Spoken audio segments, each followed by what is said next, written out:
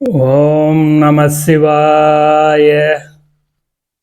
எல்லாம் அல்ல பரம்பொருள் ஈசன் எம்பெருமான் அனைத்து உயிர்களையும் இன்புற்றிருக்கச் செய்வான் என்று வேண்டி கேட்டுக்கொள்கிறேன்.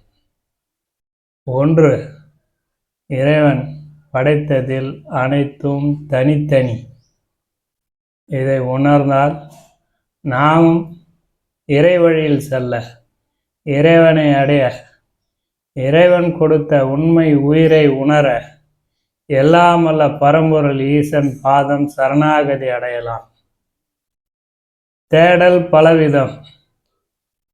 ஒரு பொருளை தேடி நாம் செல்லும்போது அந்த பொருளின் தன்மையை, அதன் உண்மையை உணர்ந்து தேடும்போது நமக்கு அது பயன்பட்டுவிடும். தேடும் பொருளை போகும் வழியில் காண கிடைக்கும் பொருட்கள் அனைத்தையும் மனதிற்குள் ஏற்றி தேடும் பொருளை காணாததாக்கி தேவையற்றதை தாங்கிக் கொண்டு வலியுடன் வாழும் மனதாகிய, நம் உடலாகிய மனதாகிய உயிரற்ற ஜீவனை உயிருள்ள ஜீவனாக ஆக்க ஆன்மாவிடம் பேச எல்லாம் அல்ல பரம்பொருள் ஆட்டி வைத்து கொண்டிருக்கிறான். இன்றல்ல நேற்றல்ல, கூறாதது எதுவும் இல்லை, புதுசாக தோன்றியது எதுவும் இருக்கப் போவதில்லை, தோன்றப் போவதும் இல்லை. தோன்றியதை திரித்து உலக மக்கள் நன்மைக்காக புதுசாக கொடுத்த ஒரு சிலது மட்டுமே இன்று வரை பேசும் பொருளாக இருக்கிறது. மற்ற யாவையும் அன்னை பூமியின் பாதத்தில் சரணாகதி அறிந்து மண்ணோடு மண்ணாகி கொண்டிருக்கிறது.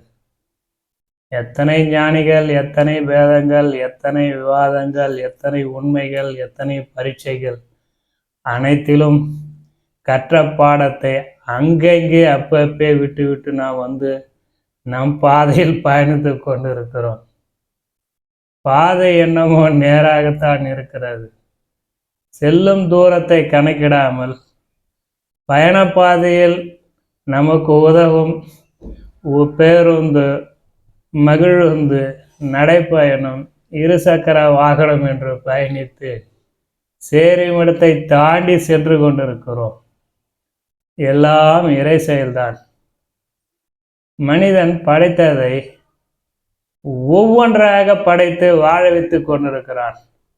நாம் அந்த ஒன்றுடன் பயணம் போது வாழ்க்கை பிரகாசமாக இருக்கிறது, வாழும் முறையில் தெளிவு இருக்கிறது.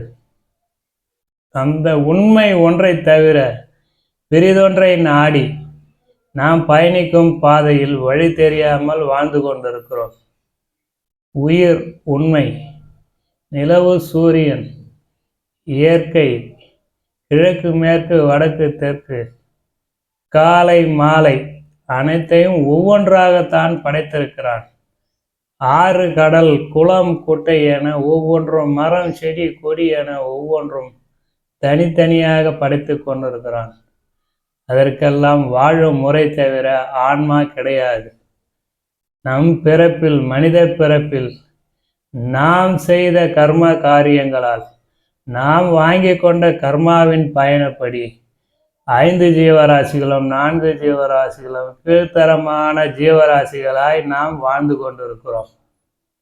நாம் 6 சாமி உதாரணம், நமக்கு 6 அறிவு என்று கூறுகிறார்கள். 5 அறிவில் வாழ்ந்தாலே 6 அறிவில் சென்று விடலாம். நாம் 6 அறிவை தவிர மற்ற 5 அறிவு கீழாகவே எண்ணப்பட்டு கொண்டிருக்கிறோம். எண்ணத்தில் உயர்வாய், அறிவில் உயர்வாய், ஆன்மாவை 6 அறிவில் கொண்டு சேர்க்கும் போது ஓர் உருவமாகி உண்மையில் நாமும் மறுபிறப்பின்றி வாழலாம். இதை எண்ணிக்கொண்டு ஒவ்வொரு நாளும் நாம் வாழும் காலத்தில் சமகாலத்தில் இறைவன் பாதம் அன்பு செலுத்தி ஓர் உயிர், ஓர் உடல், ஓர் வாழ்வு, ஓர் இறை என்று வாழும் தன்மையில் நாமும் இறைப்பாதத்தில் சரணாகதி அடையலாம். எல்லாம் விடியும். விடிந்தால் தெரியும், தெரிந்தால் புரியும், புரிந்தால் மறையும். இரவு வரும், பகலும் வரும். நம் சிந்தனையில் தெளிவிருந்தால் இரவையும் பகலையும் ஒன்றாக்கி இறைவன்பால் அன்பு செலுத்தி எல்லாம் அல்ல பரம்பொருள் ஈசன் பாதம் சென்று சரணடையலாம்.